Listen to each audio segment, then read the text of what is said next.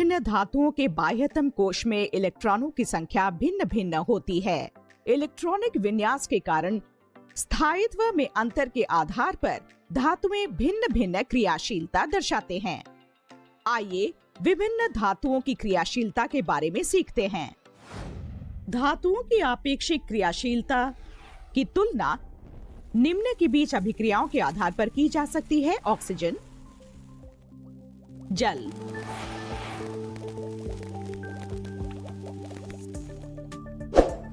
और अम्ल।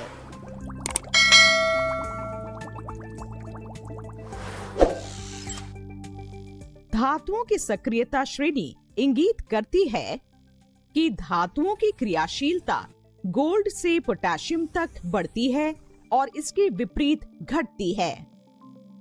इस टॉपिक में हम धातुओं की आपेक्षिक क्रियाशीलता जानने के लिए 5 धातुओं की तुलना करेंगे। 5 परख नलियां लीजिए और उनमें हाइड्रोक्लोरिक अम्ल भरिए। अब मैग्नीशियम, एल्यूमीनियम, जिंक, आयरन और कॉपर का टुकड़ा प्रत्येक अलग अलग परख नली में डालिए। आप क्या देखते हैं?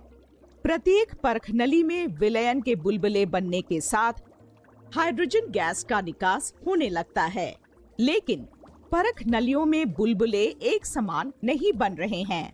आप देख सकते हैं शेष परख नलियों की तुलना में मैग्नीशियम युक्त परख नली में बुलबुले अधिक बन रहे हैं, जबकि एल्यूमीनियम युक्त परख नली में मैग्नीशियम युक्त परख नली की तुलना में थोड़े कम बुलबुले बन रहे हैं, लेकिन ये बुलबुले शेष परख नलियों की तुलना में अधिक है।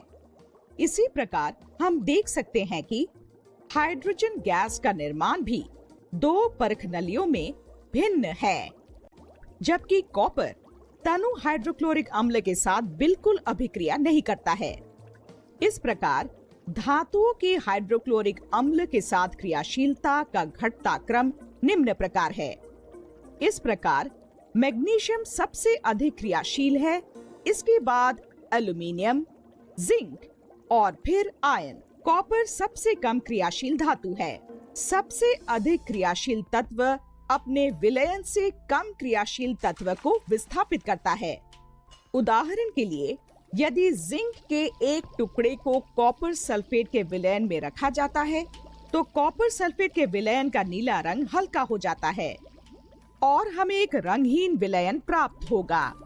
साथ ही कॉपर के लाल भूरे कण पात्र की तली में बैठ जाएंगी।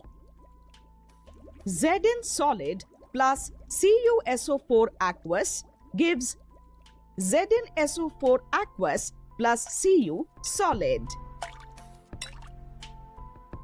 यदि कॉपर धातु का एक टुकड़ा जिंक सल्फेट के विलयन में डाला जाए तो कोई अभिक्रिया नहीं होती है। अतः इससे यह निष्कर्ष निकलता है कि जिंक कॉपर की तुलना में अधिक क्रियाशील है।